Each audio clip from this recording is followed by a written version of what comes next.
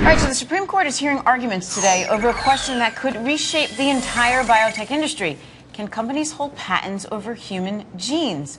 Fox News senior judicial analyst Judge Andrew Napolitano is here. And let me be clear, I love that we're covering this. I hate the notion that we are talking about replicating the sequence of my genes. Well, let me tell you who else hates this notion, and that's the 9 justices on the court. And we can tell that. I predicted it this morning. Easy to predict if you follow them for a living.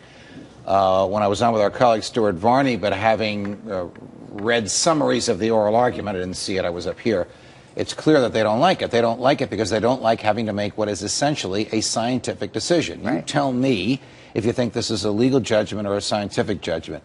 Is the manipulated molecule from the gene created by nature or created by man in aid of understanding nature? If created by nature, it is clearly not patentable because it's not new, useful, and non-obvious, which is the standard. If created by man, then it is patentable. And if it is patentable, it will revolutionize the biotech industry and make some people extremely wealthy. But would the molecule have wound up where it wound up after being manipulated had not the scientists actually manipulated it? Great argument, and that's obviously the argument in favor of the patent. And the other argument is, but this isn't like they created a rotary engine for an automobile. This is something you Rotary engines failed, by the way. You should just know that. Okay, bad example. They did, because we were talking about cars during the break. Right. But what did they start with? They started with the most unique thing on the planet, which is a naturally made, or God-made, however you want to look at this, human genetic code.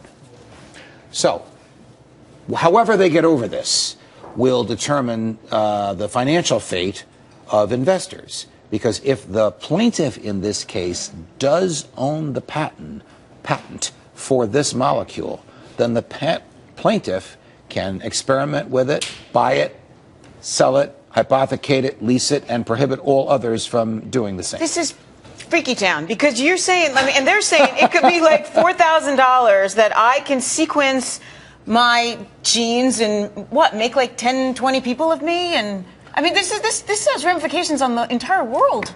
We don't know where this is going to go.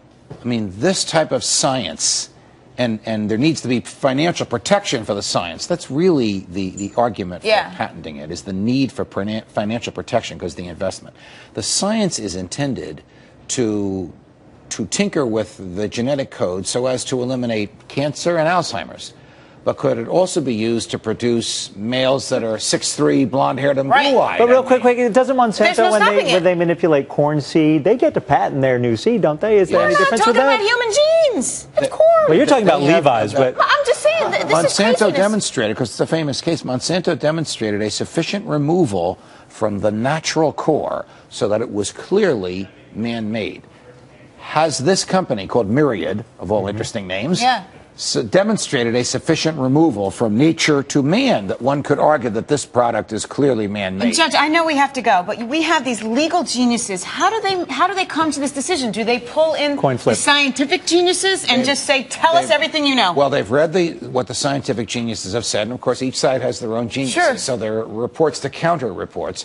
But they take a couple of basic legal principles. If the plaintiff can't prove its case, the burden is on Myriad to prove that this is man-made. Patentable. If Myriad can't prove that, then it's natural and it's not patentable. I am bummed we have to go because this is fascinating, and like I said, we're entering Freaky Town. Prediction, Freaky Town? Yeah. Natural and not patentable. Thank God. Just my gut. Not to make you happy, Tracy. I like to make you happy, but just my gut feeling. That makes me happy, Judge.